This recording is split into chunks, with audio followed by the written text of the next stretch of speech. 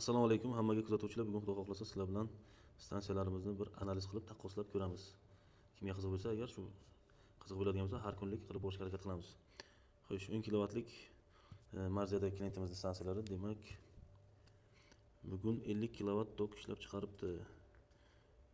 Bu stansiyamizda Jinko paneli va Solax invertordan foydalanganmiz. 50.4 hali yana chiqaryapti. Bularda tok kuchlanish juda ham yuqori bo'lganligi uchun xo'sh, mana bunaqa o'zgaruvchanlik, nestabilность bor. Boshqa kunlarda ham bor, diktasida 52, 56. Bu kun вообще tok bo'lmay qolgan. Hozir toklarni ko'ramiz, toklarni ish turibdi. Устройство. Asli tarmoq tushib ketibdi endi. Kuchlanish 260 ga chiqqandi. Kunduz kuni obedlarda qaraganimda hozir 170 ga tushib ketibdi. Juda ham tok o'ynayapti bularda. Xo'p. Demak 10 kilovatliklar bilan solishtiramiz. 54 bugun ishlagani. Xo'p. 163 da beryapti. Demak, mana bu kishida kuchlanishda muammo yo'q, hammasi idealni 59 kilovat bergan. Bunda ham Jinko panellari va Solax invertori qo'yilgan. Boshqa kunlarda 66 gacha chiqqan. 63, 64, 60 dan past bermagan.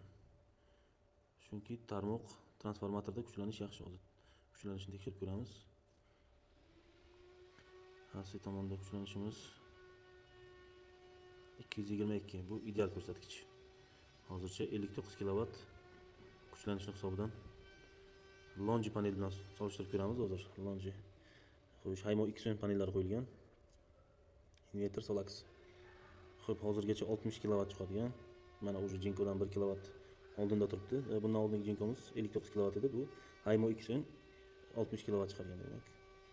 67 kuchlanishda muammo yo'q, salgina o'ynashlar bor. Bu bulutli hisobda ham bo'lishi mumkin.